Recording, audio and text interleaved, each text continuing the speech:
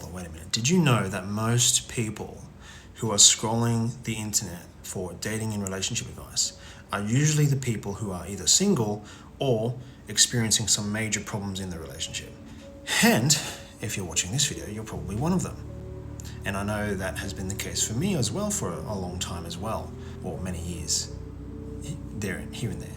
But the main problem we're facing is whether or not you're actually checking your social media for advice or not, or to see if something is in line or against your belief systems. What we actually want is we just want to resolve our own problem. We just want to either be in a relationship that makes us happy, or we want to resolve some type of relationship conflict that we have. And this is where I come in, and I'm going to try and kind of pretend that you're already my client, and I'm just going to throw a bunch of advice out there for you to help you get what you want. Because I've been in that place where I was single on and off throughout throughout the ages of 18 and 28. So I've done it before. I've gotten into relationships before. I've gotten where I wanted to be, and I still can be, and I still can go where I want to go. And back then, when I was 18 and still in the first 5 years following that, I didn't really have a lot of information on me to really help me get by. I did buy a lot of dating advice, but I can't say necessarily I was 100% great at it. But that's the thing as well. If you want to be in a relationship, you don't have to be great. You don't have to be this amazing thing. And actually, the person that you're probably thinking about or you'd like to eventually manifest into your life should also be a normal person.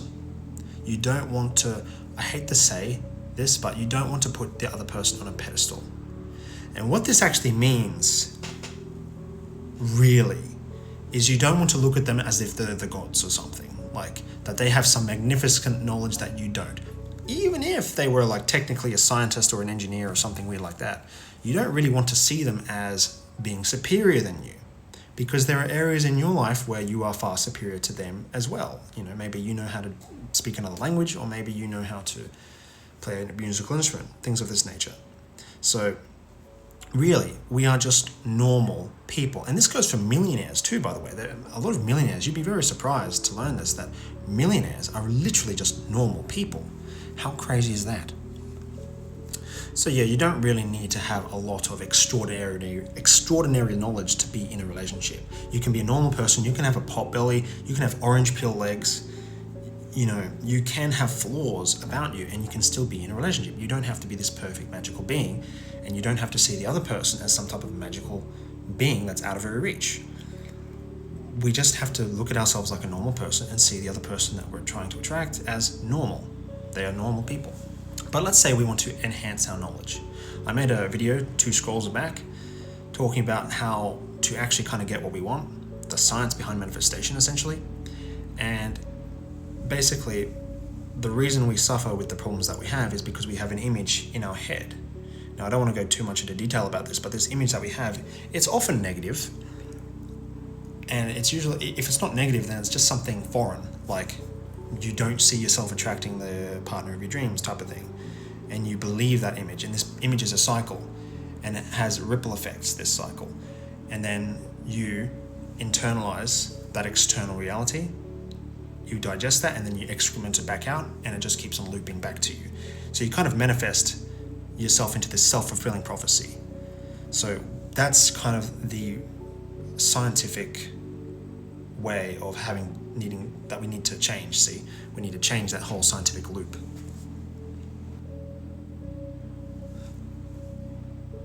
Another way to actually get into a relationship, quite simply, without much hassle really, is to just be friends with the person that you would like to be in a relationship with. Like, just be friends. Don't worry about this friend zone thing. Don't worry about this anxious and avoidant attachment stuff. Like, when I was going through my relationships a long time ago, that stuff never actually came to my mind. It was never really a thing. It was really just attracting women. I read a lot of ebooks and stuff. Usually, these men who wrote these books were often talking about girls who go to the club. And I'm not so sure, like, if the advice that they were telling was applicable to all women. It was kind of like very zoomed in on very specific types of women. as if they were all women.